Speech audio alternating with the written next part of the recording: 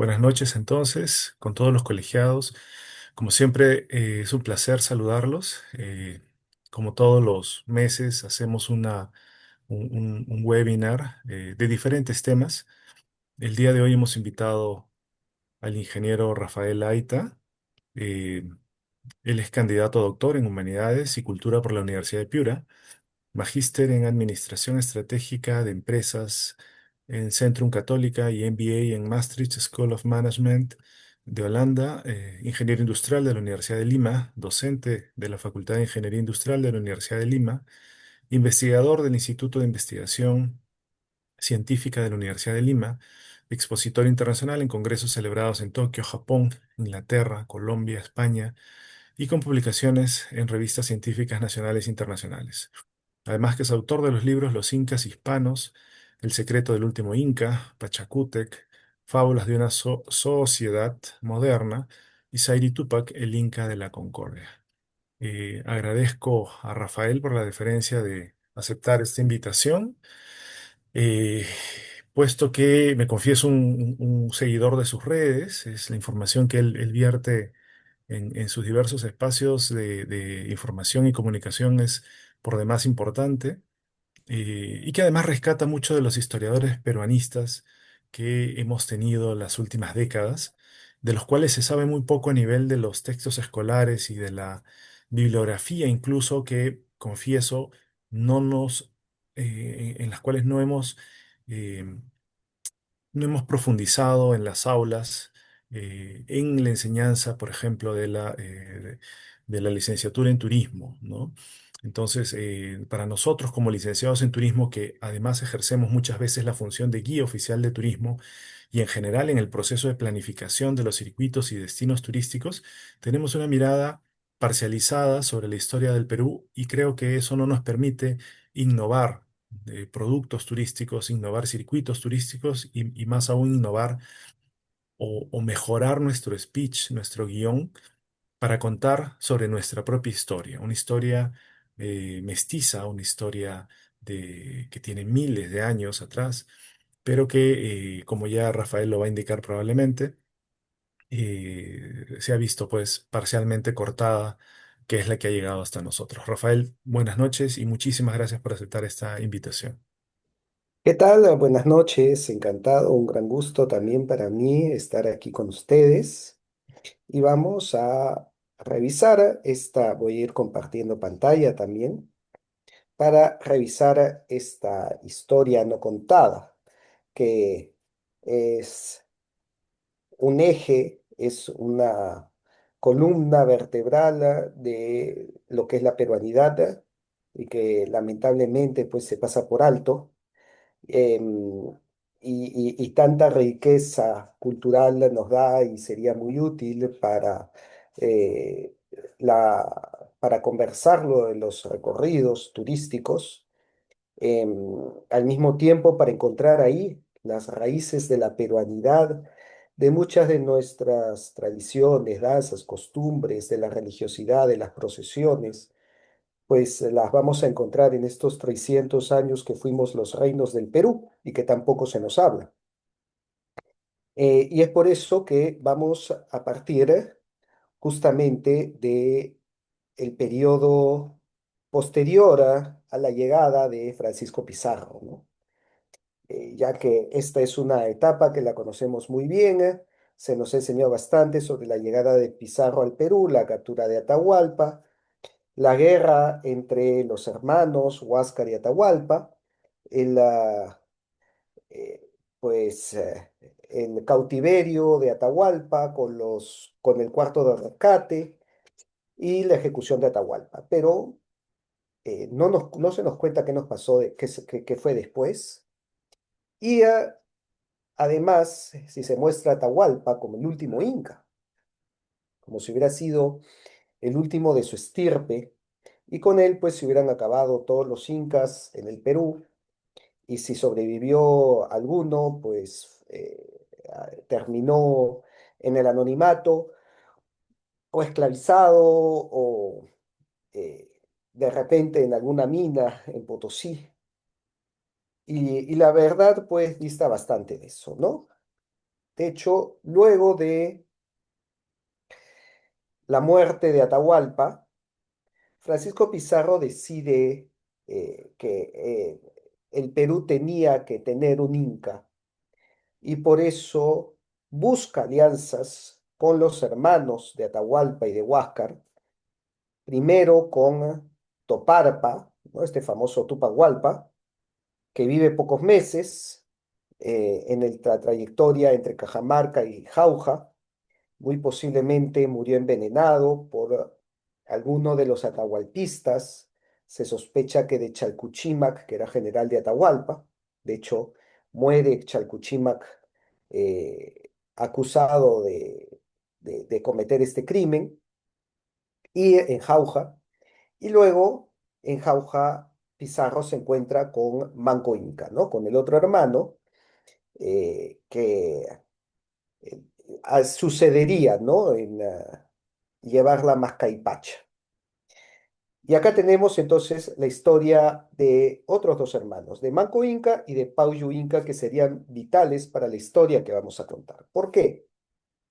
Porque Manco Inca, inicialmente pues como aliado de Pizarro, entra a Cusco junto con los Pizarro, pero esta alianza se mantiene solamente hasta que Francisco se encuentre en Cusco.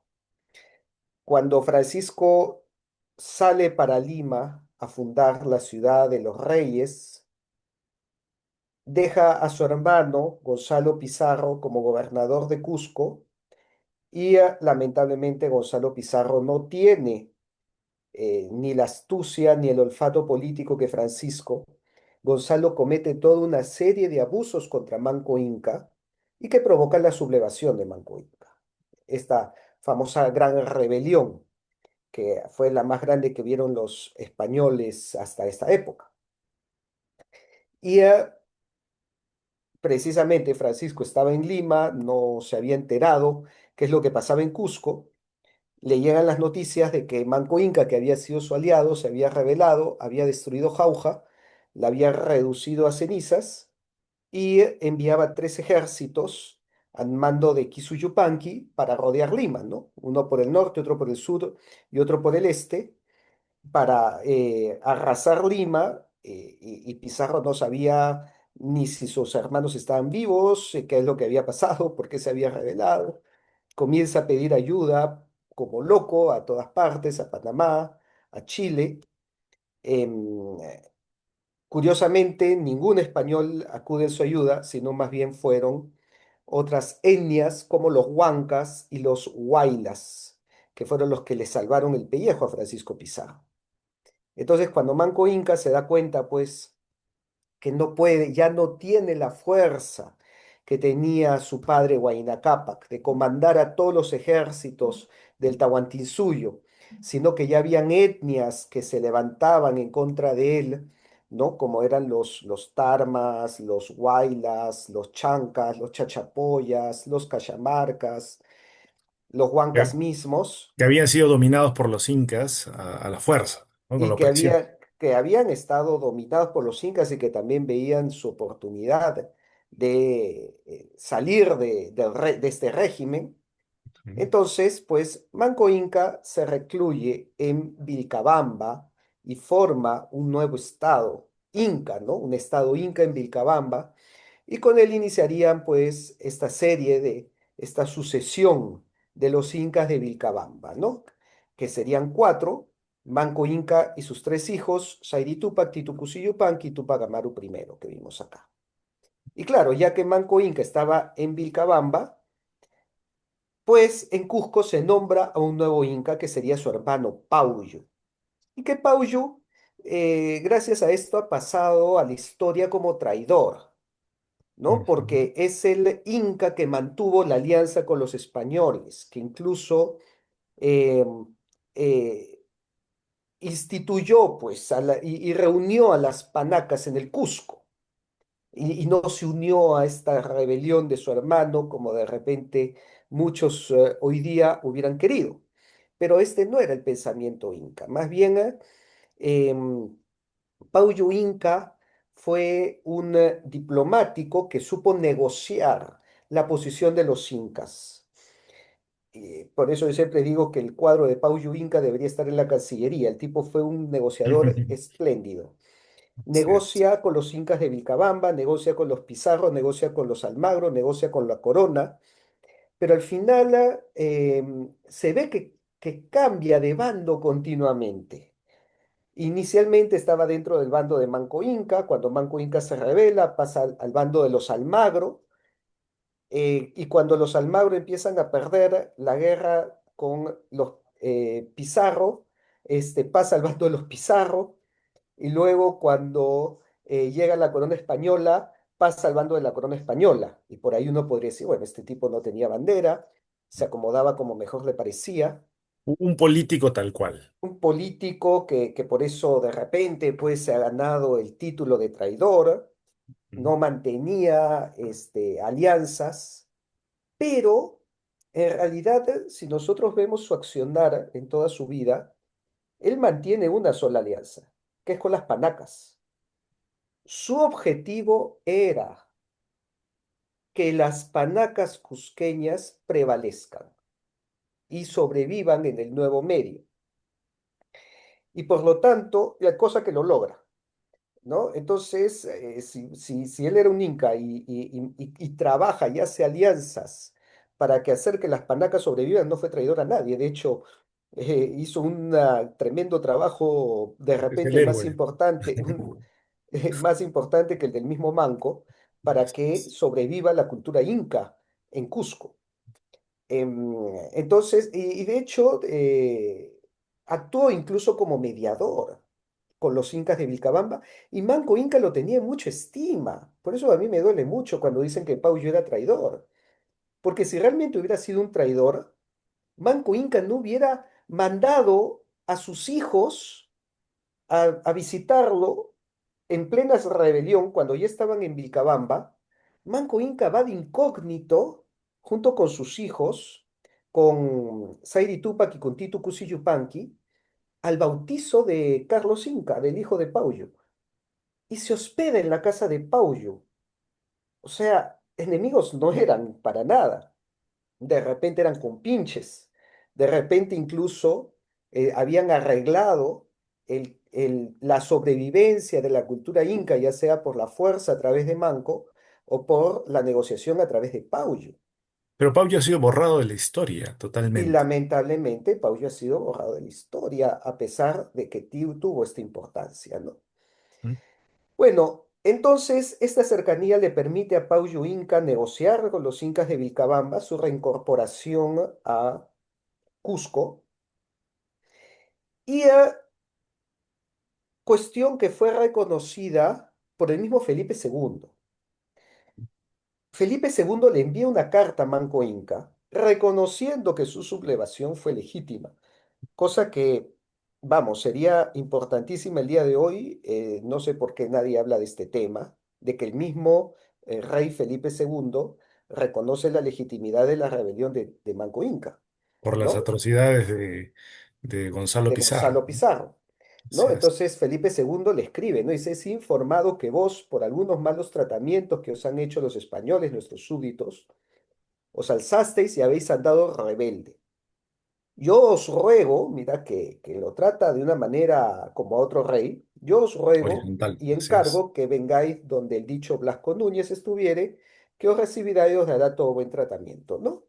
Lamentablemente esta carta llega cuando Manco Inca ya había sido asesinado, la recibe Saidi Tupac, pero sirve para que Saidi Tupac, luego de un largo periodo de negociaciones que incluyeron a su mismo tío Pauyu y que incluyeron a los representantes de la corona en ese tiempo, em, él estaba como pacificador del Perú, ya no Blasco Núñez de Vela, sino Pedro de la Gasca, Ujú. negocia con Pedro de la Gasca, y finalmente, después de muchos años de negociaciones, Saidi Tupac viaja a Lima, cosa que tampoco se nos enseña el día de hoy, y que yo creo que incluso podría dar para eh, Para una que ruta. es para una ruta, exacto, para que sea mostrado a los Así turistas, es. ¿no? Es Claro que sí. más, precisamente yo estuve trabajando en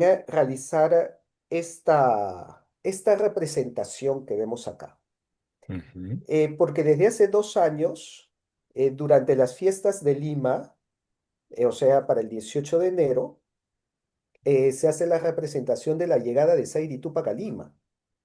¿No? Y entra Saidi Tupac a Lima en su litera, ¿no? Cargado por sus siervos, como un inca, porque así llegó y muchos se sorprenden, ¿no? Y dicen, oye, ¿qué es esto? ¿En qué momento pasó esto? ¿No? Le digo, bueno, pero esto sucedió. Y me dice, ¿y un inca llegó así a Lima? Realmente, le digo, no, no llegó así, llegó más grande, porque las crónicas de Garcilaso y de Guzmán Poma nos dicen que viaja junto a una corte de 300 siervos. O sea, si realmente quisiéramos representarlo, tendríamos que contratar a 300 actores que estén alrededor de Saidi Tupac, ya sea entre cargadores, entre músicos, ¿no? Los que portan sus estandartes y toda una corte de Con todo el colorido, siervos ¿no? Todo ese con todo el colorido muy colorido y parecido con al todo el Inti Raymi. esplendor. Así es. Debería ser un Inti Raymi limeño. Así Yo creo que es. si esto realmente nos diéramos cuenta el potencial que tiene, lo haríamos un Inti Raymi limeño. Lamentablemente, pues acá el pensamiento nos bloquea, las ideologías nos bloquean porque dentro de esta celebración representamos el encuentro de Saidi Tupac con el virrey, que vamos, lo dibujó Guamán Poma. O sea, ahí está el dibujo de Guamán Poma de Saidi Tupac con el virrey. Y no me van a decir que Guamán Poma pues era un hispanista Panista. o que, ¿no? Este, pero bueno, ya sabemos pues que el día de hoy prima más algunas ideas sobre los hechos históricos, pero nosotros lo hemos querido representar tal como lo puso Guamán Poma, y es por eso que colocamos al Inca estrechando la mano con el virrey, ¿no? Enfrente del arzobispo, porque en la reunión estuvo el arzobispo Jerónimo de Loaiza, primer arzobispo de Lima. De hecho, la reunión fue en el Palacio Arzobispal, ¿no? O sea, este dibujo que se representa acá Mm. se debió suceder en el Palacio Arzobispal. Oigan, yo cuando estoy yo acá en la Plaza de Armas viendo esto, la gente pues ve a un inca estrechándose la mano con el virrey, con el arzobispo, y que luego pues hay una danza donde el séquito de Sairi Tupac danza con el séquito del virrey, y la gente mira y dice, oye, pero esto es un invento, ¿esto cuándo pasó? ¿Esto no puede haber sucedido? Bueno, sí, pues sucedió. Lo que pasa es que no nos lo cuentan, ¿no? No, que prefieren contarnos la historia de la humillación y del resentimiento y de las vejaciones, pero no nos cuentan la incorporación de las panacas de Vilcabamba a través de este pacto de Sairi Tupac, pacto que luego sería renovado por Titu Cusi Yupanqui, que se revela la muerte de Sairi Tupac, pero luego firmaría otro tratado, que fue el Tratado de Acobamba, y que esto representa lo que se llama un traslatio imperi. ¿Qué es el traslatio imperi? Se define traslatio imperi como la transferencia de poder de una dinastía a otra, ¿no? En Europa conocían muy bien esta figura, ya que se había dado del Imperio Romano al Imperio Bizantino, ¿no? El palio de Roma pasaba a Bizancio ante la caída de Roma, y luego al Imperio Carolingio, y luego al Sacro Imperio Romano Germánico. Bueno, esto mismo se interpretó que sucedió así con los incas, y no solamente se interpretó, se dibujó de esta manera, ¿no? Hay una serie de cuadros que Yes. nos muestran esta realidad.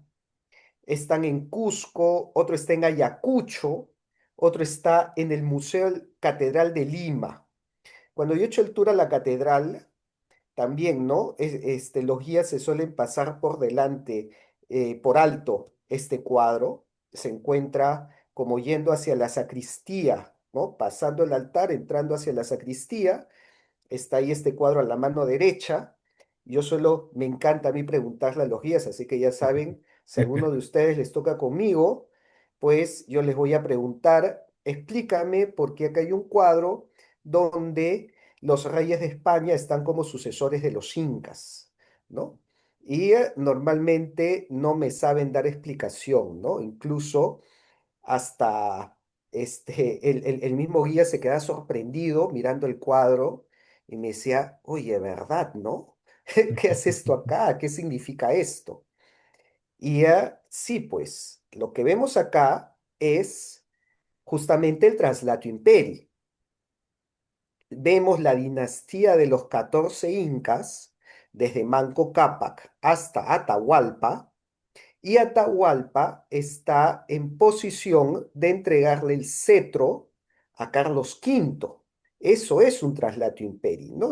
Ese Atahualpa sosteniendo el cetro y entregándolo significa que le entrega el cetro de poder, el cetro imperial, al rey de España, y por eso los reyes de España aparecen como sucesores de los incas, ¿no? Carlos V, Felipe II, Felipe III y los demás reyes de España aparecen como reyes del Perú, pero si fuera que a nosotros, como a nosotros nos cuentan, ¿no?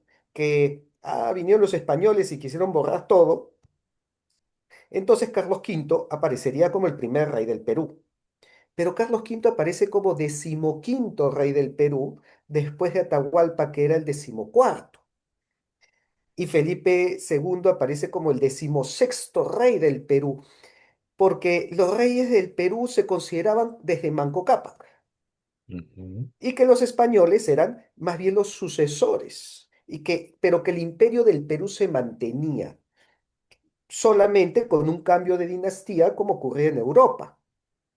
Claro, Y, se anexaba el reino del Perú a todos los reinos de España. y a todos como un reino dentro de reinos, ¿no? Así es. Entonces, y vemos a Carlos V además que está señalando la cruz, ¿no? Como diciendo en realidad el rey es Cristo, y por eso es Jesucristo el que preside a ambas dinastías, con además una frase sacada de la carta de Pedro, ¿no? Porque dice al Rey de Reyes y Señor de Señores, que nos llamó de las tinieblas a su luz admirable, ¿no? O sea, se consideraba que los incas que no conocían a Jesucristo habían sido llamados a la luz del cristianismo.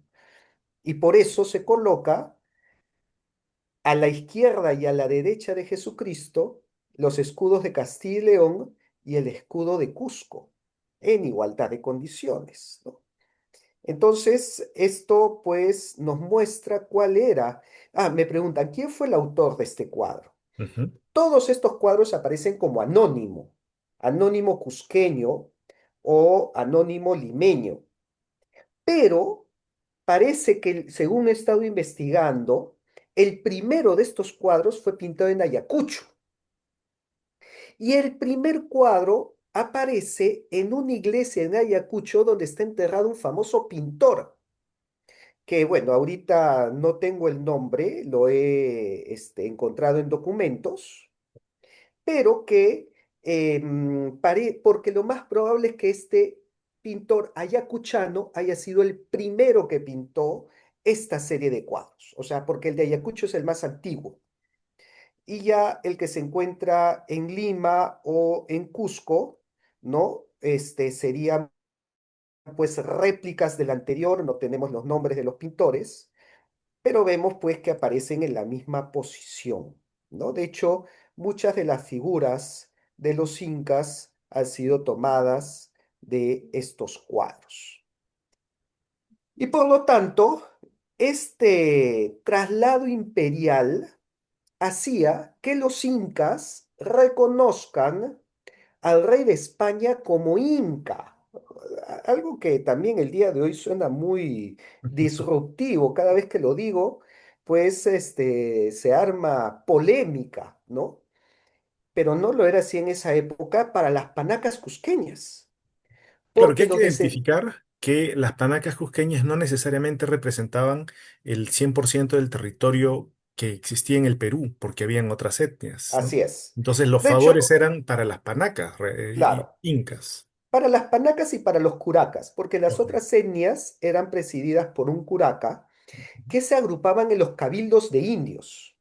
Entonces tenías, por ejemplo, el cabildo de indios de Lima, el cabildo de indios Chimú, el cabildo de indios Huancas, presididos por su propio curaca. Por ejemplo, para los Huancas era Felipe Huacrapáucar, que Felipe Huacrapáucar envía una probanza a Felipe II diciéndole, y acá cito literalmente para que no me lluevan tomates, eh, eh, le envía una probanza narrando las hazañas que hicieron los huancas a favor del rey. Eso lo pone Felipe Huacrapáucar dentro de estas probanzas y Felipe II les entrega un escudo de armas a la familia Huacrapáucar, que el día de hoy él es el escudo de la ciudad de Huancayo. Por si acaso, el escudo de Huancayo viene de esta época. Y es por eso que el Valle del Mantaro era casi pues una república independiente dentro del Perú, donde mandaba el curaca. El virrey ni se metía por ahí. Y por lo tanto, pues, el poder entonces lo tenían los curacas y lo tenían las panacas en el Cusco, ¿no? Entonces, y las panacas reconocían al rey como inca, al rey de España me refiero, ¿no? Esto lo dice, por ejemplo, Pedro de Peralta cuando escribe Júbilos de Lima y coloca que cuando fue el ascenso de Luis I de España, las panacas hicieron una ceremonia donde emitieron una proclama que terminaba diciendo, viva el Inca Luis I.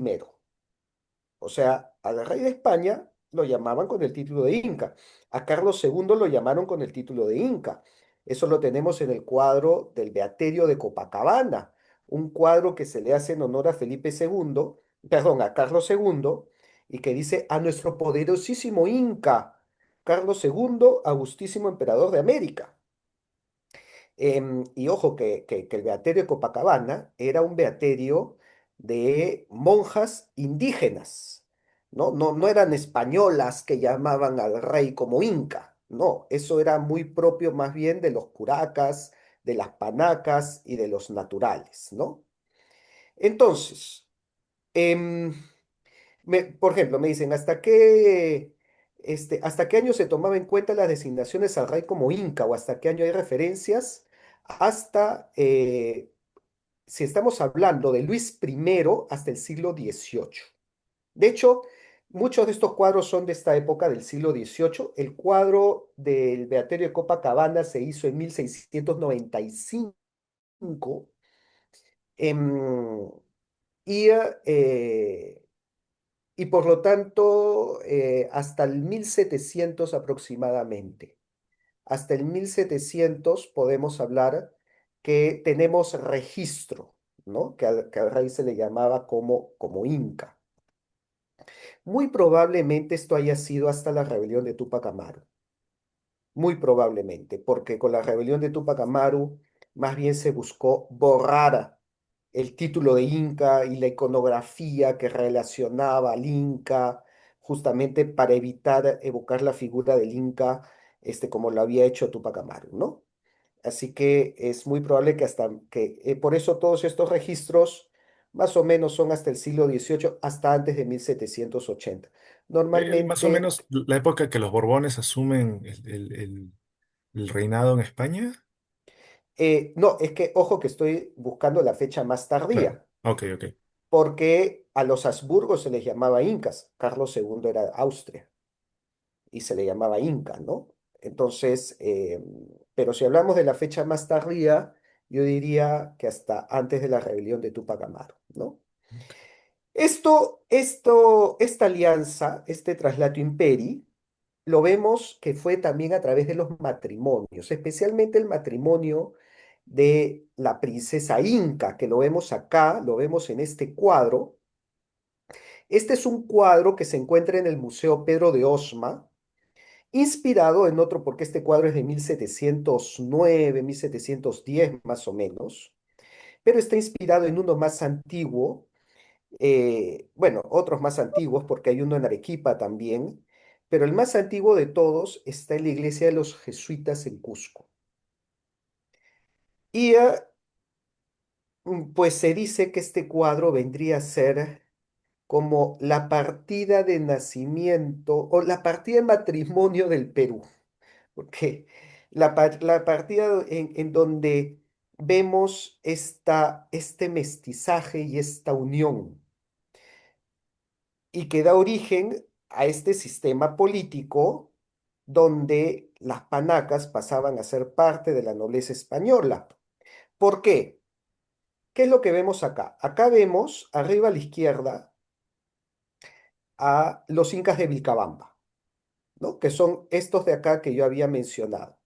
Manco Inca, Sairi Tupac, Titu Cusi Yupanqui, Tupac Amaru I, ¿no? Específicamente en el cuadro aparece Tupac Amaru I, a la izquierda está Sairi Tupac, que ya hemos contado su historia, y a la derecha la esposa de Sairi Tupac, Cusi Warmay. Y es que ellos eran los padres de esta señora, ¿no? De Beatriz Clara Coya, conocida como la princesa del Perú. Porque si decimos que los incas de Vilcabamba, específicamente Sairi Tupac, porque no encontramos descendencia de Tupac Amaru I ni de Titu Cusi Yupanqui, pues esta niña era la heredera de la corona del Inca, era la Ujú, ujú. sucesora, era la Inca. Ella es entregada en matrimonio a Martín García de Loyola. Si el apellido no suena, es porque era sobrino nieto de San Ignacio de Loyola. Y por eso el santo jesuita aparece arriba de la pareja. Y ellos tienen una hija que se llama Ana Lorenza de Loyola Inca, que se encuentra aquí a la derecha del cuadro, es esta de acá, que se casa con Juan Enríquez de Borja, este caballero de Santiago, que era nieto de San Francisco de Borja, que por eso también este santo jesuita aparece arriba de la pareja, ¿no? Entonces, ¿qué nos están diciendo en este cuadro con estos matrimonios? Bueno, el texto un poco lo explica. El texto dice, la unión de la casa del Inca con la casa de Loyola y la casa de Borja. ¿Por qué es esto importante? Porque la casa de Loyola y la casa de Borja eran de las casas nobles más importantes de España. Eran, pues, la casa de Borja eran los duques de Gandía, no eran poca cosa. Y por lo tanto, este cuadro lo he traducido en este árbol genealógico que vemos, perdón, que vemos acá a la derecha, ¿no? En donde acá, si nosotros, a ver, voy a usar acá estos de acá son la casa del Inca, ¿no? Aquí vemos de los incas que hemos hablado, Pachacútec, Tupac Yupanqui, Huayna Cápac, Manco Inca, Zairi Tupac, precisamente, y la hija Beatriz Claracoya, que se casa con Martín García de Loyola, que era el sobrino nieto de San Ignacio de Loyola. Entonces, su hija, Ana Lorenza, se casa con Juan Enríquez de Borja, que era, ya lo dije, descendiente de San Francisco de Borja. Si nos suena el nombre, no es solamente por el distrito de San Borja, sino es porque seguramente lo hemos escuchado italianizado como Borgia, ¿no? Entonces, la famosa familia Borgia era, era en realidad española y eran en realidad los Borja, solo que los italianos no pronuncian la J. Entonces los llamaban Borgia. Pero acá, por ejemplo, vemos a Alejandro VI, al famoso Papa Borgia, a Rodrigo de Borja. Y por aquí hay otro papa, Calixto III, ¿no? Entonces tenemos pues ahí a dos papas por la rama de paterna y por la rama materna, por la rama de Aragón, porque San Francisco de Borja era hijo de Juana de Aragón y por lo tanto era descendiente de los reyes de Castilla y de Aragón, la casa de Trastámara. Entonces, ¿qué es lo que vemos en realidad? ¿Qué es lo que nos está diciendo este cuadro? Este cuadro nos está diciendo que la misma familia, en el mismo árbol genealógico, encuentras dos papas, Alejandro VI y Calixto III, dos santos, San Ignacio de Loyola y San Francisco de Borja, los reyes de Castilla, los reyes de Aragón y los incas en la misma familia. Todos O sea, relacionados. ni Juego de Tronos Así se es. atrevió a tanto, ¿no? Y por eso, pues muchas veces cuando me dicen, ay, los pobrecitos incas que fueron dominados por los malvados españoles, los pobrecitos incas terminaron ganando más poder a final de cuentas, ¿no? Porque los incas aprovecharon, de hecho, aprendieron bastante bien el sistema español. Los incas reconstruyeron sus linajes pocos años después de la llegada de los españoles. Ya estaban utilizando árboles genealógicos y les estaban enviando probanzas al rey para demostrar su nobleza. Y de hecho que les reconocieron su nobleza, ¿no? Acá, por ejemplo, me preguntan, ¿qué es ser un caballero de Santiago? Digo que es un caballero de Santiago porque si nosotros vemos en el cuadro, ¿cómo sabemos quién es un caballero de Santiago, no? Si vemos esta cruz roja de acá, esta es la cruz de la Orden de Santiago. Y ser caballero de Santiago significaba alcanzar el más alto grado militar en España. Entonces, la élite militar española se les daban como honor el ingresar a la Orden de Santiago y se convertían en caballeros de Santiago. ¿Saben quién más era caballero de Santiago? Francisco Pizarro. Es por eso que cuando buscan la foto de Francisco Pizarro van a encontrar esta misma cruz, que está retratado con la misma cruz. ¿Saben quién más era caballero de Santiago? El pintor Velázquez. Es por eso que cuando ustedes ven las Meninas de Velázquez, aparece este pintor y aparece con la cruz de Santiago. A ver, fíjense, si se colocaba la Cruz de Santiago en su pintura más importante, es porque era un grado muy alto de honor. De hecho, militarmente era el más alto, ¿no? Entonces, de hecho, ojo que hubo un inca que fue caballero de Santiago también, ¿ah? Este señor de acá. Por eso digo que los incas terminaron ganando más poder, ¿no? Este señor de acá.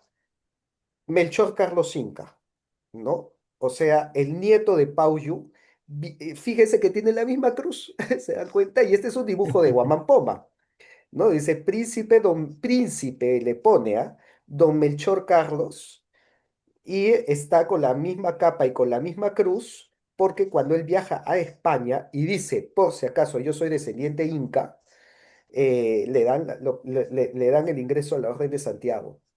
Y bueno, él vive en Alcalá de Henares el resto de sus días ya. Muchos de estos hijos nobles de los incas se fueron a España, como por ejemplo el hijo de este matrimonio, Juan Enríquez de Borja Loyola Inca, descendiente de los reyes de Castilla, de los reyes de Aragón, descendiente de los incas, descendiente de dos papas, descendiente de dos santos. Marqués de Santiago de Oropesa, Marqués de Alcañices con grandeza de España en primera clase y señor de Loyola, nada menos. Vénganme a decir pues que era un pobrecito indiecito oprimido y sojuzgado por los malditos españoles que llegaron al Perú a saquear y a robar y a matar, ¿no? Y acá lo tenemos a este señor, descendiente inca, con título de marqués. De hecho, fue el segundo marqués de Oropesa.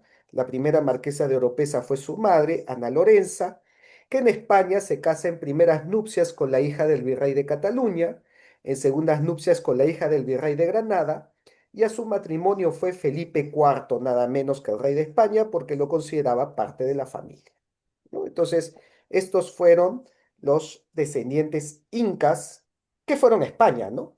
Otros se quedaron acá, como por ejemplo los Chihuantopa. Como este señor se fue a España, su marquesado, que era el marquesado de Oropesa, es administrado por los descendientes incas del Perú. ¿Qué pasó en el Perú? ¿No? Porque aquí estamos hablando con la nobleza inca, que se une a las casas nobles de España. No todos lo hicieron, algunos se quedaron en el Perú, especialmente de la línea de Pauyu. Ya hemos hablado de la línea de Manco, ¿no? ¿Qué pasó con Pauyu? Pauyu, debido a su alianza con España, logra que Carlos V, por cédula real, cree una institución que agrupó a las panacas incaicas en un consejo que se llamó el Consejo de los 24 Electores del Alférez Real del Inca. ¿Quién era el Alférez Real? El Alférez Real es el que porta el estandarte del rey, ¿no? Por eso Carlos V decía, si viéredes caer en batalla a mí y a mi pendón, a correr antes al pendón que a mi persona. El alférez es el que llevaba el pendón, el estandarte del rey. Y por lo tanto, en el Perú, el que llevaba el estandarte del rey de España era un inca. Y este lo vemos acá, ¿no? Lo vemos aquí al costado, que lleva la mascaipacha, lleva Ujú. la borla del inca sobre la cabeza, el sol en el pecho y el estandarte del rey de España en la mano derecha, ¿no? Acá hay, por ejemplo, un ejemplo de un alférez real que está llevando el estandarte del rey. Es precisamente la familia que había dicho que gobernaba el marquesado de Oropesa en el Perú. Estos son los Chihuantopa Inca. Aquí está Alonso Chihuantopa Inca y a la derecha Marcos Chihuantopa Inca. Estos dos cuadros están en el Museo Inca de Cusco y Ok. normalmente cuando yo los muestro, me responden que este cuadro, por lo menos los dos, son un imposible. Pero ¿quiénes son estos? ¿Qué hace un inca sosteniendo una cruz? Este no es Atahualpa, me dicen. Pero si Atahualpa fue el único inca cristiano, el único que se bautizó, bueno, pues aquí es donde nosotros... El Museo Inca de Cusco, por si Está a una acaso, que cuadra de la plaza, la casa del queda a una almirante. cuadra de la plaza, así es. En la calle del Almirante, Así ¿no? es. Encuentran estos y otros cuadros más, porque también hay de princesas incas con su escudo de armas. Fíjese que ambos tienen un escudo de armas que se los dio la casa, perdón, la corona española. Y estos son descendientes incas, ¿no? Que vivieron en, sí, pues lamentablemente los cusqueños, a pesar que tienen los cuadros ahí nomás al costado, es difícil que los mencionen, ¿no? Y estos son los nobles incas que, lejos de ser esclavizados y de ser, pues, vejados y humillados, en realidad se retrataban como grandes señores, porque eran católicos, portando una cruz en la mano derecha, ¿no? Alonso Chihuantopa Inca dice que fue el primer inca bautizado, el primero bautizado en Cusco, porque los primeros en bautizarse fueron incas.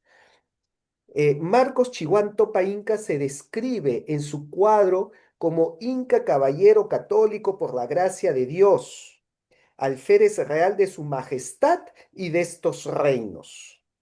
No, no dice de estas colonias, no dice pues que malditos españoles, sino todo lo contrario. Era cacique principal con título de supremo gobernante, gobernador de la villa de Guayabamba y administrador del marquesado de Oropesa. Y es por eso que este señor tenía su propio ejército. Cuando dice tenía siervos cañaris y lanzas para defensa de su persona, significa que tenía su ejército personal. Porque, ya dije, los curacas y las panacas, ellos eran descendientes incas, eran de la casa de Yoque Yupanqui, las panacas y los curacas eran los que impartían justicia, presidían cabildos, eran los alcaldes de Cusco, el alférez real del Inca, ya lo mencioné, eran alguaciles, presidían tribunales, ¿no? Entonces, Gobernaban, eran parte de la gobernaban, administración virreinal. ¿no? Y esto lo dice el libro de Nobiliaria extranjera, ¿no? Refiriéndose a esta nobleza que tenía sus escudos, como vemos acá, El rey les llamó hermanos y altezas, concediéndoles una condecoración propia y particular para ellos, el toisón de oro a perpetuidad, el derecho a permanecer cubiertos en su real presencia, a presidir todos los tribunales, consejos y cabildos de todos sus reinos y mantener una pequeña corte con sus correspondientes consejeros. ¿No? Entonces, aquí vemos algunos cuadros, precisamente de la serie del Corpus Christi, que están en el Palacio Arzobispal de Cusco, en donde aparece el alférez real del Inca, ¿no? Que es este señor que nosotros vemos con la mascaipacha sobre la sien, con el sol en el pecho y portando el estandarte del rey de España en la mano derecha. Porque era pues un señor, era un noble, un príncipe de Cusco, ¿no? Acá está presidiendo la procesión de Santiago, también igual, de la misma manera. Acá está en una procesión del Corpus Christi. Este cuadro me parece muy bonito, me parece muy representativo, porque está el Inca, está sosteniendo el estandarte del rey, pero no tiene la mascaipacha, ¿no? No como en los demás cuadros que ven que tiene la mascaipacha sobre la sien. Acá la lleva un ciervo, la lleva delante suyo en un almohadín. Los historiadores se han roto la cabeza. Yo me acuerdo, Donato Amado, pues decía, ¿por qué quién es este señor? De Ujú. repente no era descendiente inca, de repente, ¿por qué no lleva la mascaipacha? A mí me parece que la posición que coloca la mascaipacha es muy representativa, porque está justo debajo de del Santísimo, de la Eucaristía. ¿No? Ujú. Entonces es el Inca poniendo su corona a los pies de Jesucristo, con forma de sol además, lo cual ya tenía un significado muy importante para los incas, ¿no? Así Acá es. también lo vemos en la procesión del Corpus, precisamente el alférez del Inca tampoco está con la mascaipacha, pero lo reconocemos porque tiene el estandarte en la mano derecha. Acá en este arco que se encuentra en la iglesia del Triunfo en Cusco, o sea, es esta que está anexa a la catedral, a los pies, a los pies de la Virgen, que esta es la Virgen del Sunturhuasi que se apareció en ese lugar, hay tres hombres y tres mujeres, o sea, que son sus tres esposas, y que los tres son incas, los tres tienen la mascaipacha, son descendientes incas y que para Donato Amado representan los principales puestos de poder, los tres puestos de poder en Cusco: el alférez real, el alguacil real y el alcalde mayor de Cusco, ¿no? Porque estos eran puestos que los ocupaban los descendientes incas. ¿Tupac Amaru II era realmente descendiente de incas o inventó su descendencia para justificar sus reclamos? Ese tema se ha estudiado desde hace más de 200 años. Hay un artículo de Cahill que te dice que Tupac Amaru falsificó documentos para poder entroncarse con Felipe Tupac Amaru. Y cuando yo le pregunto esto a Donato Amado, y le digo, bueno, entonces no era Tupac Amaru, él me dice que los Betancourt también falsificaron documentos. Entonces, las dos partes que estaban en disputa hicieron pues su jugarreta y quién era el más cercano, porque ahí, o sea, sí tenía un entroncamiento, ¿no? Pero habría que ver cuál era el entroncamiento más cercano. Habría que hacer un peritaje a los documentos del siglo XVIII y es algo que no se ha hecho, así que con el conocimiento que tenemos ahora, no podemos saber si Tupac Amaru tenía razón o no a la hora de solicitar el marquesado de Oropesa. Bueno, ¿qué nos dice todo esto? Nos dice que el Perú no era una colonia, ¿no?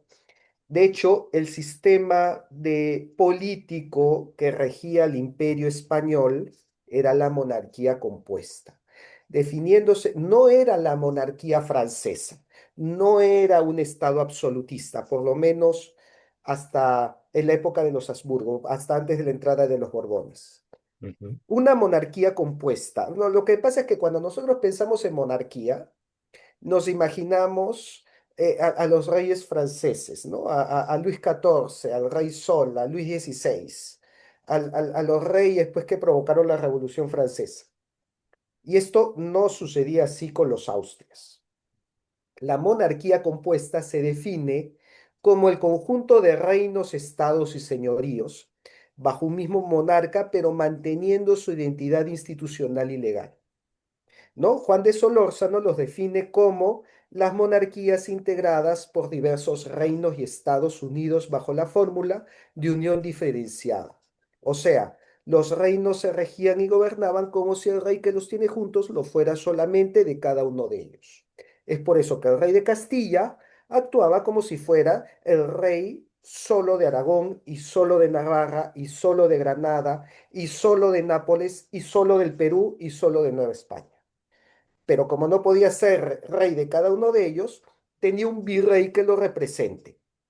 Pero no era una colonia, no era pues un estado sometido a otro. Era un reino donde el rey de Castilla actuaba también como rey del Perú y por lo tanto era los reinos del Perú. Por lo tanto, la monarquía española era un imperio de imperios, la mayor unión de pueblos, jurisdicciones y riquezas que se había conocido en el mundo. Y la prueba de esto la tenemos en el Palacio de los Reinos, en el Salón de Reinos de Madrid, donde se dibujaron los escudos de los reinos de esa época y junto pues al escudo de Portugal, al escudo de Aragón, al escudo de Austria, al escudo de Cerdeña, aparece el escudo del Perú como un reino más. Y difícil pensar pues que Aragón, Cerdeña, Austria, Portugal eran colonias, ¿no? De hecho, el Perú o los reinos del Perú ocupaba una extensión muchísimo mayor que la actual. Iba en lo que, como ven en el mapa, era desde Panamá hasta la Patagonia. Era pues un reino de reinos, ¿no? Porque así como España agrupaba todos estos reinos, ¿no? El Perú, Portugal, Castilla y León, Brabante, Nápoles, etcétera. El Perú agrupaba el reino de Quito, el reino de Chile, que Mm. también tenían ese título que se utilizaba en los documentos. Y por eso que Por eso era, los era reinos del una, Perú. eran Claro. los reinos, era en plural, ¿no? Y por eso era pues el centro político, económico, social. Era la primera universidad de América, la primera imprenta de Sudamérica, la primera casa de moneda de Sudamérica, ¿no? El Perú Lima. era. Lima como centro y eje político y que además Bueno, pero hereda. ojo, Lima y Ajá. Cusco, ¿ah? Ok, ok. Lima, y porque Cusco, fíjate que en esa época tenía dos universidades, la Universidad San Antonio Abad y la Universidad San Ignacio de Loyola. Tenía un colegio para nobles, que era el Colegio San Francisco de Borja. Tenía una escuela de arte, que era la Escuela Cusqueña. O Ujú. sea, de hecho, Cusco era más rico que Lima. Bueno, el sur en general, porque si incluyes toda la zona del Collao. Ahora, si incluyes a Potosí, era Claro. Excelente. larguísimamente más rico que Lima, muchísimo más, ¿no? De hecho, la decadencia económica de los Andes viene en el siglo XIX y viene a raíz del boom del guano, donde la costa empieza a despegar económicamente y los Andes se quedan truncos. Pero antes, pues es por eso que tú veías que los curacas vestían así. Pero es que, a ver, los curacas nadaban en plata, pero no podemos, es que no imaginamos la cantidad de plata que manejaba un curaca. Solamente para darles un ejemplo, Catalina Huanca, la famosa Catalina Huanca, cuyo tesoro pues lo buscó hasta Sánchez Cerro, el mítico tesoro de Catalina Huanca que trajo a Lima, se venía desde Huancayo hasta Lima lanzando monedas de plata todo el camino. O sea, imagínense esa cantidad de plata que tienes que tener para que por cada pueblo que pases, desde el Valle del Mantaro hasta Lima, te la pases arrojando monedas de plata. O sea, estos señores vivían como les daba la gana. Claro, ahora, obviamente, eran una élite, ¿no? No Ah, vamos gran a decir realeza, ¿no? que Claro. todo el pueblo vivía así, pero claro, el pueblo vivía de acuerdo a que también le tocaba su curaca también, pero los curacas y las panacas manejaban la plata, manejaban el negocio de la plata, ¿no? Entonces tenían pues la cantidad que, de hecho, si nosotros vemos los datos de la época, pues decían, no, pero la plata se la robaron los españoles. De los 2 millones de pesos anuales que se acuñaban en el Perú, 1,5 millones se quedaban en el Perú, ¿no? O sea, solamente 0,5 millones, o sea, solamente 500 mil El quinto pesos, real. el quinto se iba a Europa, a España. La gran mayoría se quedaba en el Perú, ¿no? Y vamos, era además una moneda global. O sea, tú tenías estos pesos de plata, lo que se llamaba el real de A8, y tú podías comerciar desde Alaska hasta la Patagonia y desde Manila hasta Madrid, incluyendo China, pero en Manila me quedo corto, desde la China continental. O sea, en China continental se han encontrado pesos españoles de plata Acuñados. Ajá. acuñados en Lima, que dicen Casa de Moneda de Lima, en China. Eso es como que el día de hoy el BCR tuviera la capacidad de imprimir dólares. A ver, ¿cómo sería la economía del Perú si el BCR pudiera imprimir dólares? Y no estoy exagerando, porque así como ven acá arriba, el símbolo del dólar viene del símbolo de las columnas de Hércules con el listón que aparecía en el peso español. Entonces, esta moneda fue el primer dólar. El dólar se inspiró en esta moneda, ¿no? Y por lo tanto, de hecho, hay un libro de Carlos Fernández que cuenta la historia de esta moneda y que menciona que en Nueva York había una exposición en un museo en donde decía The First American Dollar y aparecía una moneda con la cara de Carlos IV. ¿No? Y es que el peso español fue el primer dólar de Estados Unidos. George Washington le pagaba a sus tropas con el peso español. Y esas monedas se acuñaban, bueno, obviamente en México, también en Madrid, por supuesto, pero dentro de ellas en Lima y en Cusco y en Potosí. Eran las tres casas de monedas que Claro. nosotros Además hay una teníamos. parte de la historia americana, norteamericana, muy vinculada a España que también se ha Así ocultado, ¿no? es, Pero eso es parte de otro webinar, probablemente. así es, ¿no? Entonces, bueno, esto es un poco para llenar este vacío de 300 años de lo que fueron los reinos del Perú, que pocas veces se cuentan y que cuando se cuentan nos hablan que era un periodo pues de esclavitud, de opresión oscurantista, de fanatismo religioso y de represión intelectual y de un retroceso con respecto pues al esplendor que tuvieron los incas.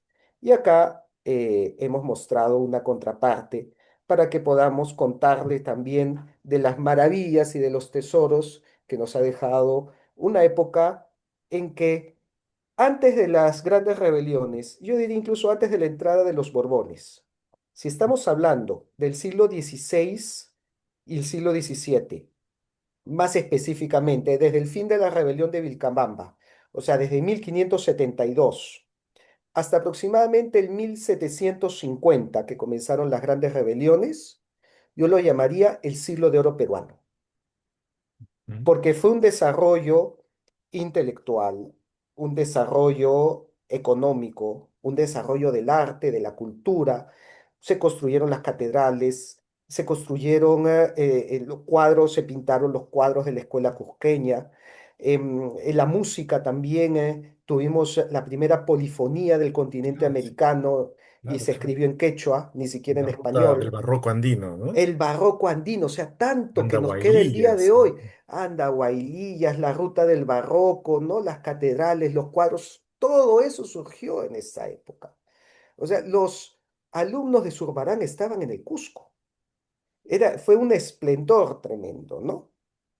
Y me dicen, esos descendientes incas perdieron sus privilegios y sus reconocimientos después. Perdieron mucho poder después de la rebelión, pero siguió el alferazgo real. El alferazgo real del Inca se disolvió en 1825 y lo disolvió Simón Bolívar. Bolívar, así es. Y es ahí donde estos descendientes incas pasaron al anonimato y además Bolívar les expropió todas sus tierras Así y los es. dejó en nada. Les recomiendo para esto que vean un video que subí de una conferencia del historiador cusqueño Donato Amado, en donde habla de la expropiación de tierras que hizo Bolívar a los descendientes incas. Les quitó todo, les quitó los escudos, les quitó los títulos, les quitó sus tierras y los dejó en el anonimato, ¿no? Y Bueno, encima nos hizo guerra cuando se fue para y luego nos hizo guerra. Por ese eso Bolívar. recomiendo más bibliografía, el Así libro es. de Donato Amado, precisamente, mi libro donde también recopilo gran parte de esta información. Estos son otros libros también que he citado y que, bueno, en el caso de mis libros, si me buscan en mis redes sociales, que las tengo acá, ¿no? En Facebook Capitán Perú y en Instagram Capitán Peruano y en YouTube también Capitán Perú. Ahí están todos mis videos donde pueden encontrar más información. Pues pueden usar estos videos como referencias o me pueden escribir en caso alguien desee adquirir mi libro. Y una pregunta que no entendí bien, ¿cómo se vio afectado la población políticamente hablando? ¿Cuál era su situación? Bueno, la población, como dije, vivía bajo el régimen del curaca. Claro, si te tocaba un curaca bueno, te iba a ir bien; si te tocaba un curaca tirano, te iba a ir mal. Muchos de los abusos que el día de hoy se achacan a los españoles, en realidad lo hacían los curacas. Y como una pincelada, les voy a dejar que los que arrendaban la mano de obra para la mita eran curacas. Y de hecho, gran parte del enriquecimiento que tuvieron los curacas fue arrendar mano de obra para enviarla a la mitad de Potosí. Entonces, cuando decimos, ay, pero los españoles nos esclavizaron llevándonos a la mitad, ¿tú crees que el español se va a subir a 4000 metros sobre el nivel del mar a hacer leva de gente? Lo linchaban, lo despellejaban y hacían tambores con su pellejo, no había forma. El que hacía esto era el curaca. Y vamos, no hay que sorprendernos. Hasta el día de hoy, los más abusivos muchas veces son peruanos que explotan a otros peruanos. Entonces, Sí, además hay un romanticismo con esta palabrita del pueblo, ¿no? Hay que entender las clases sociales han existido siempre, incluso así de antes de es, los incas, todas las culturas lo han así es. tenido. Entonces, esta supuesta igualdad del pueblo, pues es una ilusión que nos han vendido, ¿no? Más bien, ¿en qué momento se crea esta leyenda negra? ¿En qué momento se trata de borrar toda esta unión? Porque la historia ha borrado la unión española-inca, que no ha llegado hasta nosotros. ¿En qué momento de la Sí, historia del Perú se borra y por qué crees tú que se hace? bueno, específicamente porque si bien hay muchas escuelas dentro del análisis histórico y mucha de esta leyenda negra ya la encontramos en Mariátegui, en los siete ensayos, ¿no? Cuando habla, pues, por ejemplo, de que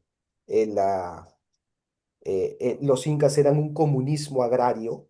Entonces acá ya vemos mucho de un pensamiento político dentro de nuestra historia, cuando, vamos, un inca ni siquiera conocía ni soñaba lo que era el comunismo, pero ya como que se trata de unir el pensamiento político con el relato histórico. Sin embargo, esto quedaba en círculos académicos, intelectuales, y está bien, porque ahí es donde se tiene que discutir. El gran punto de quiebre ocurrió en 1972, cuando el gobierno militar de Juan Velasco Alvarado hace una reforma curricular y todo este relato lo mete en la educación y en los colegios. Y claro, no es lo mismo pues que esto se discuta a un nivel intelectual entre doctores ya bien leídos, a que se lo cuentes a un niño, ¿no? Que obviamente un niño le dices, vinieron los españoles, nos saquearon, nos robaron, nos mataron y nos destruyeron, le creas una herida al pobre sujeto, no tiene defensas contra eso. Entonces, muchas de las cosas, pues, que se nos han quedado el día de hoy, nos lo han metido profesores en esta época, no con una base histórica, con una intención política, porque esta reforma se hizo no con base histórica, se hizo en una dictadura militar que tenía un propósito político muy marcado y que ese propósito político de ver en nuestra sociedad como una lucha de opuestos, de opresor y oprimido, de dominador dominado, y que esa lucha pues rompería las estructuras de dominación para que el oprimido alcance su liberación a través de la lucha de clases, nos ha quedado hasta el día de hoy en la educación, ¿no? Entonces, claro, eso no es culpa de Velasco, porque Velasco ya se murió hace 50 años. Eso es culpa de nosotros, que nos ha interesado un rábano la educación. Yo siempre, cada vez que he hablado de este tema, a la gente no le interesaba, me decía, no, eso es cuestión de teórica. ¿Eso en qué se va a aplicar en la? Yo lo decía a empresarios, a Claro. políticos, si no les importaba, recién ha comenzado a importar el día de hoy, cuando vemos que sirve para construir una identidad. ¿Y qué identidad? ¿Qué tipos de peruanos queremos construir? ¿Queremos construir Exacto. peruanos llenos de odio o peruanos reconciliados? Exacto. Además, se ha mirado la educación desde una mirada técnica productiva, pero no desde una mirada Sí, histórica que explica nuestros orígenes.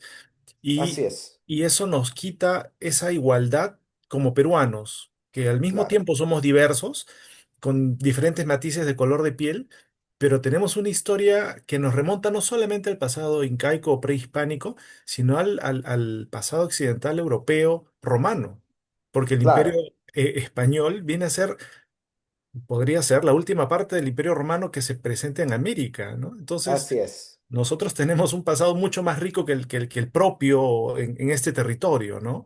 Pero no lo apreciamos como tal y de hecho lo despreciamos, ¿no? Y eso nos hace perder a nivel turístico, ¿no? Si estamos hablando de guías.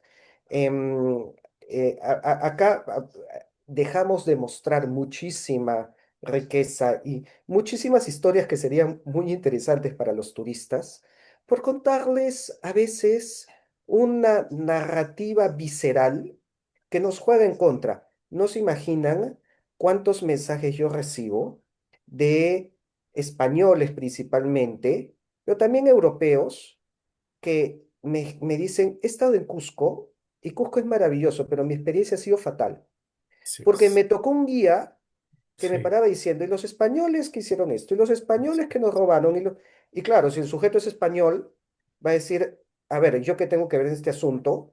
Y segundo, tú me estás mandando un directo a mí, ¿yo qué quieres que te responda? Yo no te puedo devolver ningún oro, yo estoy misio también, en España estamos más misios que en Perú, y encima se lleva una mala experiencia está pagando para que lo insulten.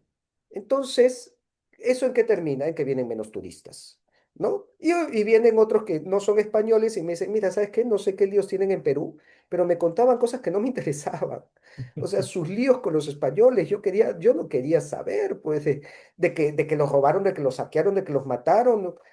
la historia del pobre, del oprimido, La que, bueno, historia victimista de estar lamiéndose las heridas no llama, no convence, exactamente. no es atractiva. Nadie paga para escuchar un lloriqueo, ¿no? Eso es. Entonces, al final estamos matando a la gallina de los huevos de oro, ¿no? Porque tenemos una gallina que nos da oro, que nos da una riqueza cultural, histórica, y lo que hacemos, pues, es destruirla simplemente porque no hemos resuelto nuestros propios problemas con la historia. Quizás porque también tenemos una mirada muy arqueológica, ¿no? Es el sitio arqueológico y la Sí, investigación del arqueólogo aislado del entorno, del contexto histórico, además. Es lo que, te lo cuento porque es lo que nos llega a nosotros como licenciados en turismo y como guías, nos cuentan la historia del lugar, ¿no? De la iglesia, sus características, del sitio así arqueológico y la es. cantidad de piedras y que tiene Así 12 es. ángulos.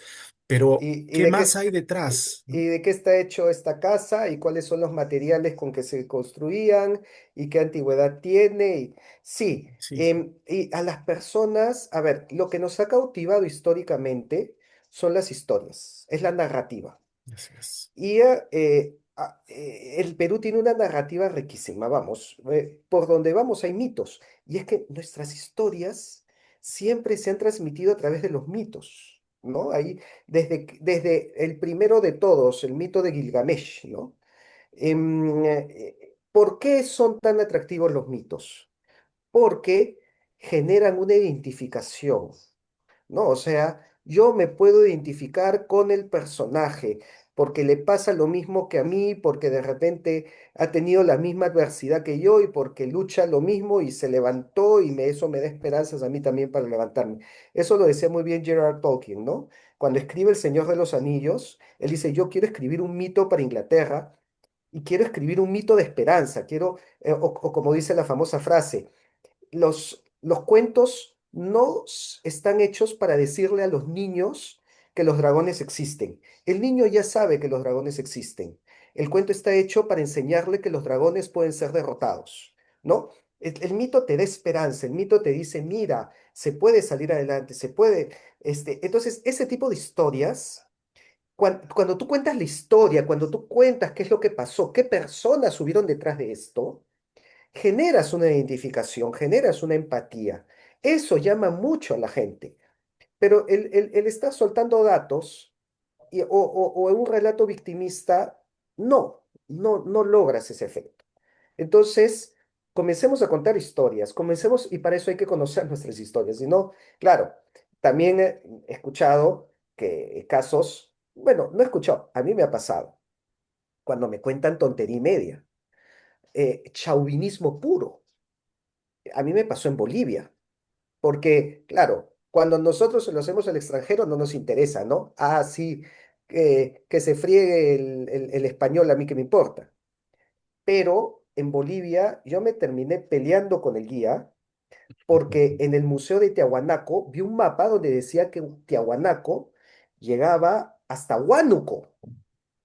O sea, todo Cusco era Tiahuanaco, Lima era Tiahuanaco.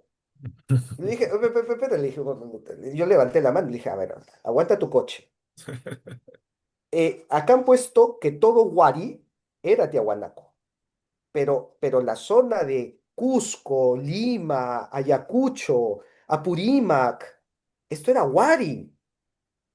Y el guía me dice, no, Huari estaba más al norte. Anda, o sea, Huari ahora es Chiclayo, Huari es Cajamarca. Pero dije, pero no, esto no es así, no. ¿Sabes qué me respondió? Tienes que leer libros.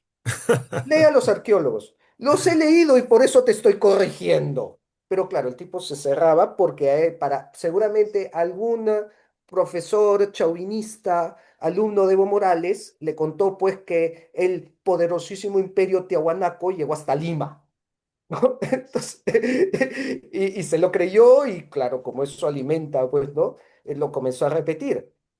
Claro, claro, sí, Y, no, y no. entonces muchas veces nos cuentan cuentos y eso que también nos cuentan, a ver, en el Museo de Tiahuanaco yo me terminé peleando porque no había ni un solo libro de Tiahuanaco. Entonces yo dije, oye, acá yo quiero comprar un libro y no hay, ¿cómo es posible? Y me sacaron un libro, todavía me acuerdo que le tomé foto, a ver, por ahí debo tener la foto. Abrí el libro y había una figura donde estaban las chulpas, ¿no? Había pues y encima de ellas, no les voy a mentir, había un ovni, un platillo volador, que yo dije, esta porquería me vas a vender como libro. Su Y explicación científica. sí, pues eso es científica, ¿no? Y también me vienen relatos, pues, ¿no? De que comienzan a contar historias esotéricas, ¿no? De que, sí, que los ovnis llegaron y que por acá se puede hacer un contacto. O sea, cada cosa que la verdad no necesitamos echar mano a eso. Si sabemos nuestras historias tal como ocurrieron, o por lo menos tal como aparecen en los libros estudiados por verdaderos historiadores serios Así y es, que, así y que, es. y que generarían un enamoramiento inmediato porque si hay algo que podemos reconocer de nuestra historia es que enamora, ¿no? Es imposible leer nuestra historia y no enamorarse del Perú. Entonces, vamos, teniendo todo Sí. eso, ¿cómo no lo vamos a aprovechar? Y eso es, ¿no? También un llamado a investigar, a no quedarse con lo que Mm, leemos en un folleto que un profesor nos lo ha mandado, e ir un poquito más allá de la fuente, los historiadores, ¿no? Por eso a mí me interesó mucho invitarte, Rafael, porque te hablaba al comienzo también de Juan Antonio del Busto, ujú. de Raúl Porras Barnechea, ¿no? Historiadores que no se les nombra mucho, o la misma Así María es, Rostorowski, ¿no? sí, Que nos han dado tanta información, pero que ha llegado a cuentagotas y cambiada, como tú bien dices, en una década con un matiz político totalmente y con una estructura de Estado que fomentó eso, ¿no?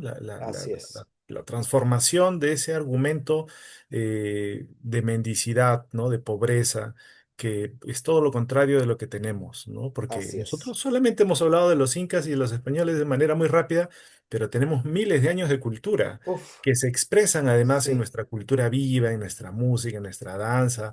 El norte peruano es tan rico, la sierra es diferente, Sierra Norte, Sierra Centro, Sierra Sur, y hay tantas otras cosas. Y por ejemplo, una de las cosas que mostraste hace un momento con el escudo del Reino del Perú y el escudo de la ciudad de Lima, ¿no? Y esas ¿qué es dos el escudo de águilas. Lima? ¿Cómo se Sí, explican esas dos águilas?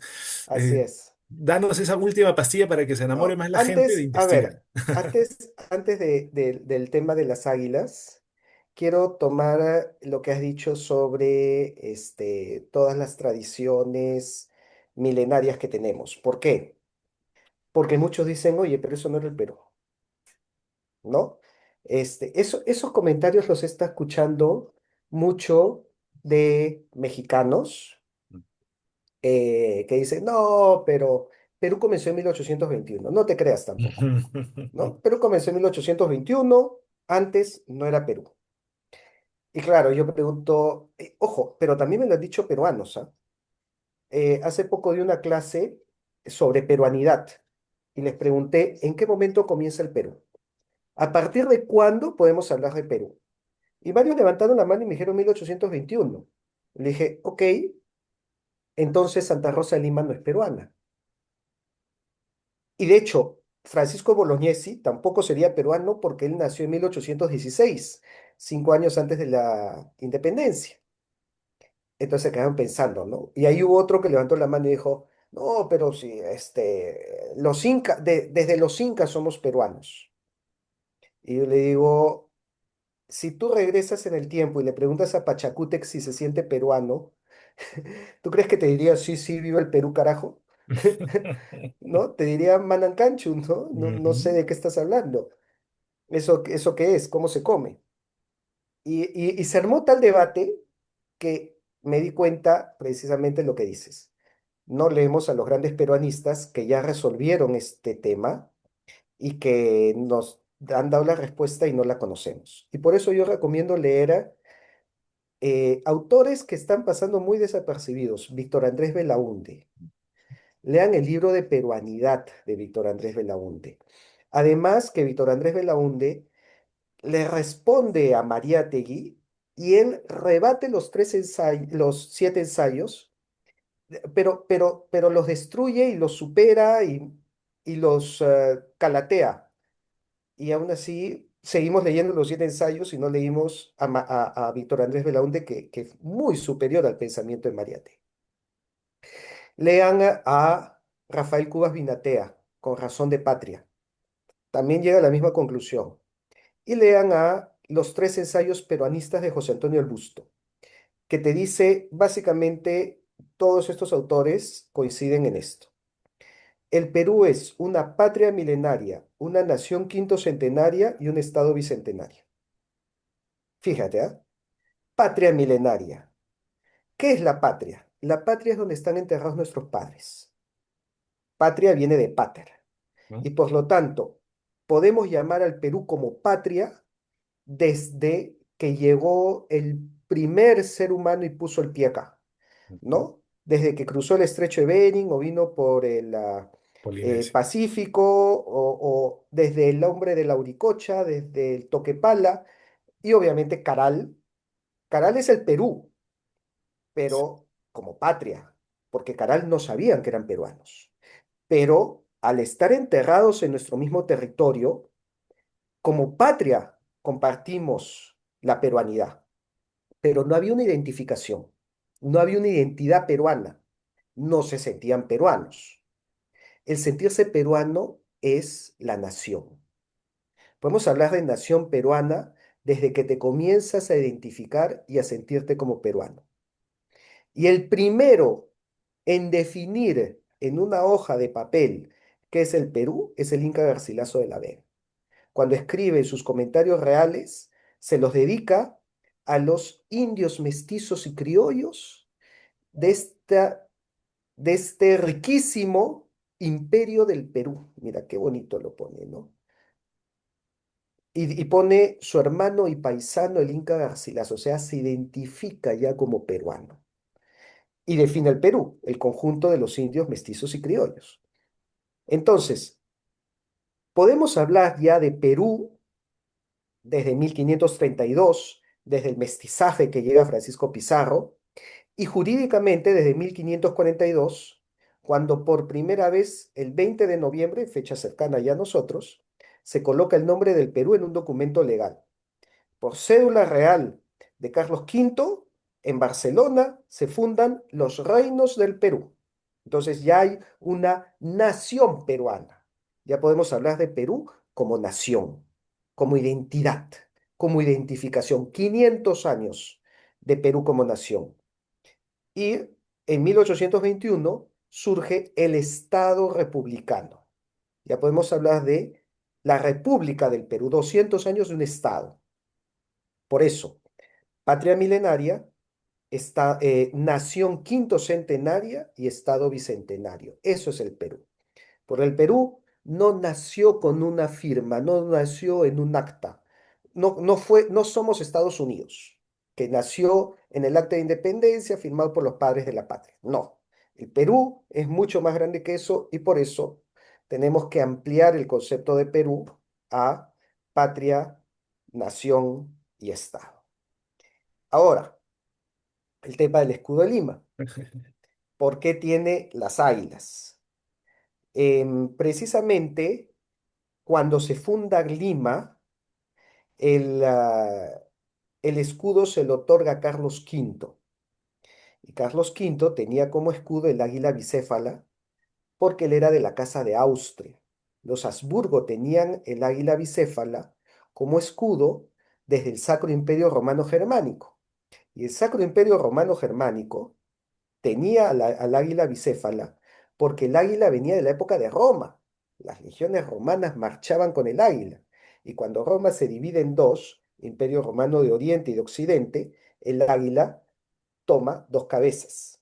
Y por eso el Sacro Imperio toma el águila bicéfala, lo toma Carlos V y cuando se le entrega a Lima, se convierte en un escudo con el águila bicéfala o con las dos águilas como lo tiene el día de hoy. ¿No? Entonces, podemos partir de una larga tradición, incluso que nos, heráldica, que nos entronca con la misma Roma. Exactamente, exactamente. Sí, cuando escuché eso en una de tus Mm, exposiciones, me pareció alucinante, ¿no? Porque dije, qué rico poder meter ese argumento totalmente válido e histórico en el mm, speech turístico que Lima, la ciudad de los reyes, sí, que viene desde la época de Roma, ¿no? sí. Y que estoy seguro que muchos de los que estamos acá en el colegio desconocíamos. Es que Así, Perú es tierra de imperios y acá se han conjugado. Pocos países tienen un solo imperio. El Perú ha tenido varios, ¿no? Porque ha tenido el imperio peruano, el Inca Garcilaso lo llama el imperio peruano, el imperio Inca, totalmente eso. el imperio hispano, que se remonta hasta Roma, el imperio Wari, Así es. Lumbreras lo nombra como un imperio, Tiahuanaco también es un imperio, entonces, mire que tenemos, por lo menos tenemos unos 5 imperios La nación que Moche. coinciden en nuestro territorio. Genial, genial. Eh, Rafael, gracias. Me gustaría abrir el micrófono para dos o tres preguntas de alguno de los participantes, para hacerlas muy Ujú, rápidamente, porque estoy convencido de que da para muchísimo, muchísimo más este tema. Sería genial en algún momento Lo conversaba con una amiga de la Municipalidad de Lima, que Lima asuma un espacio donde se puede interpretar el Perú, ¿no? No solo Ujú. Lima, ¿no? Sino el Perú con toda esa grandeza, ¿no? Un centro de interpretación y que obviamente interprete no solamente Lima, Perú, sino lo que era a nivel de historia, ¿no? Porque no lo tenemos. Hoy en día no hay un lugar que te explique un poquito de lo que estamos viendo aquí, ¿no? Así es. Eso sería genial. Y a ver si alguien desea hacer una pregunta, este es el momento. Levante la mano. Sí, aquí estoy con el micrófono. Gladys, ¿cómo estás? Buenas noches. Adelante, Gladys.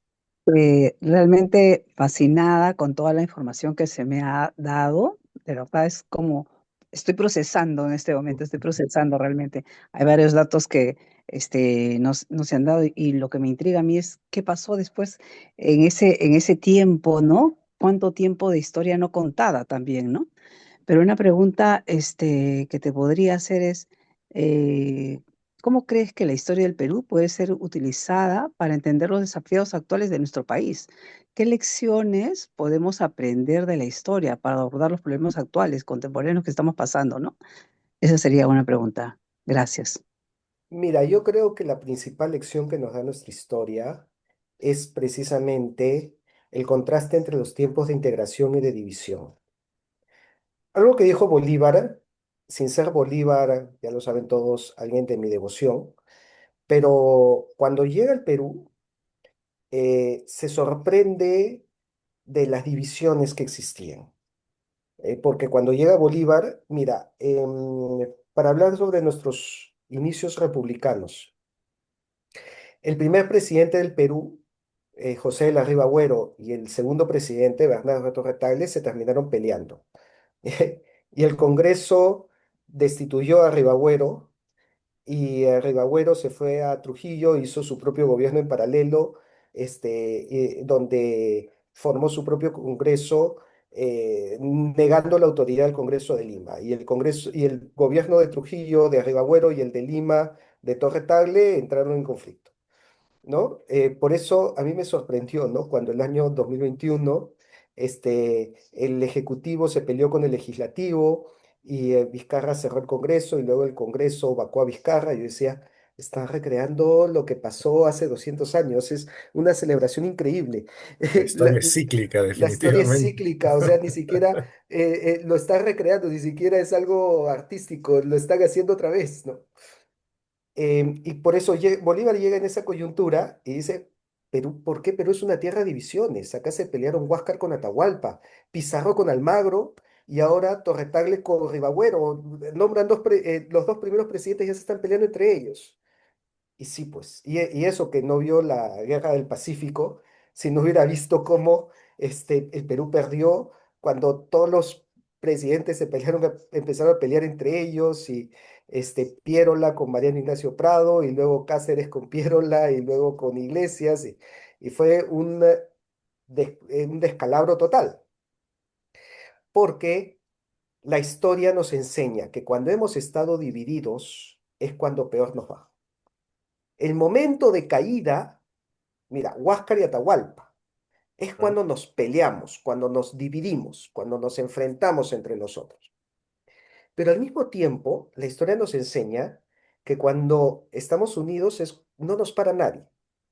Y y de repente la época de los imperios que he hablado sería el mejor ejemplo, pero quiero utilizar un caso que no he hablado. Cuando fui al norte chico, me mencionaron que uno de los grandes errores a la hora de hablar de Caral es pensar que Caral es el Valle de Supe. O sea, es la pirámide que está ahí, ¿no? En el Valle de Supe. Caral involucró toda una serie de huacas que incluyen, pues, Huaca Prieta, Bandurria, Vegeta,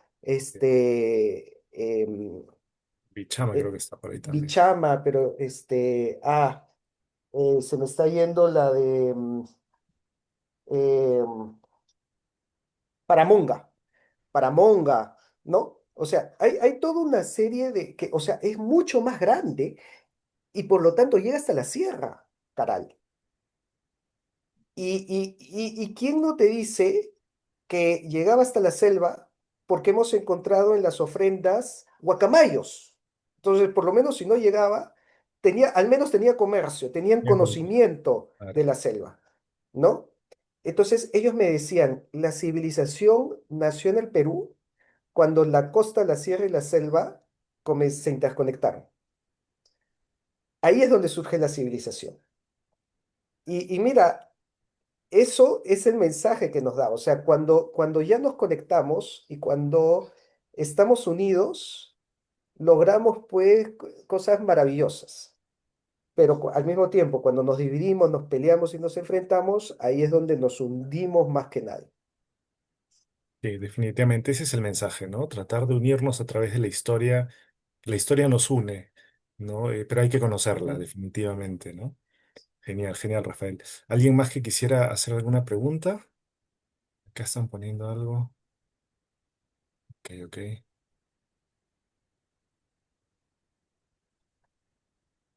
Ya parece que no hay más preguntas entonces. Bueno, Rafael, ¿qué te puedo decir? Esta es una exposición genial por la información, porque como te dije, yo sabía que esto va a ser, incluso ahora lo vamos a colgar en nuestras redes también, Qué bueno. porque esto es disruptivo, ¿no? Esto es un Ujú. mensaje diferente.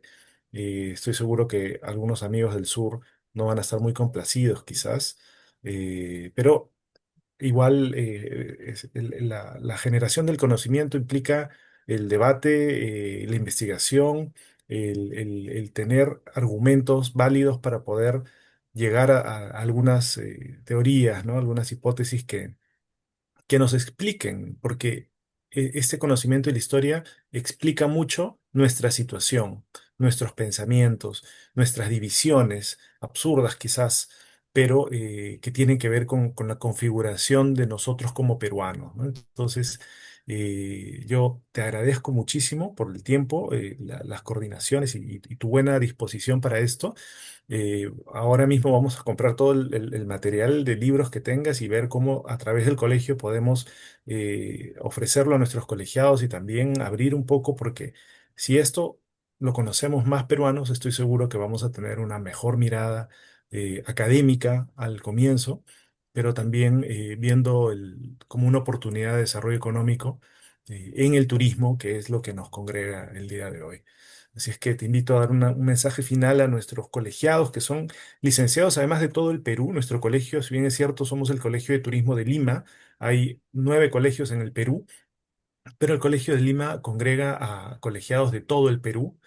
Y de hecho muchos de nuestros colegiados son además docentes universitarios en diferentes universidades de Lima y del Perú. Entonces, te invito a darles un mensaje, por favor, para poder cerrar la charla el día de hoy. Claro, por supuesto. A ver, cuando nosotros compartimos las leyendas negras antes de historia, no hacemos daño a otros. No hacemos daño a España, no hacemos daño a los europeos, no, nos hacemos daño a nosotros mismos. Y terminamos, curiosamente, negándonos nosotros mismos. ¿Y sabes qué me han dicho esto? Los descendientes incas actuales. Porque ya están rastreados, aparecen en el libro de Ronald Edwards, se les ha hecho incluso análisis de ADN y la gente no lo, y ellos me dicen, no nos quieren reconocer justamente porque se nos enseña que los incas murieron todos a manos de los españoles. Mira, estamos negando a las panacas que ya se están reconstituyendo el día de hoy, simplemente porque nos aferramos a una historia falsa y que no está yendo en contra de los españoles, incluso va en contra de los propios descendientes incas. A ver, qué más contradictorio eso, ¿no? Y por eso lo que yo encuentro es que más bien cuando dejamos de enseñar una historia basada en el enfrentamiento, en la humillación y en lamernos las heridas, comenzamos a sanar a nosotros mismos. Y es muy importante que el Perú empiece a sanar. Es muy importante que el Perú se reconcilie con su historia y se reconcilie consigo mismo. Porque, como dije antes, es cuando hemos logrado eso, es cuando nadie nos para. Y creo que estamos en un momento justo como para que ya le toca al Perú despegar. Pero Solo nosotros podemos ser los facilitadores de eso o podemos ser más bien el escollo, dependiendo de cuántas taras y cuántas heridas todavía arrastramos. Pero si cerramos esas heridas, podemos construir el Perú que todos soñamos. Así que, pues creo que con ese mensaje nos da a todos esta misión, ¿no? Construir el Perú que todos queremos. Genial, genial, Rafael. Nuevamente, muchas gracias a nombre de todos los colegiados y esperamos tenerte pronto, quizás en alguna charla presencial, que sería genial, Claro, y hacerlo crecer, ¿no? Nos sumamos a llevar tu mensaje a todas las aulas y a todos los licenciados en turismo del Lima y del Perú. Muchas gracias, Rafael, encantado. y que tengas buenas Gracias. noches. Nos Gracias. vemos. Gracias. Chao, chao. Chao.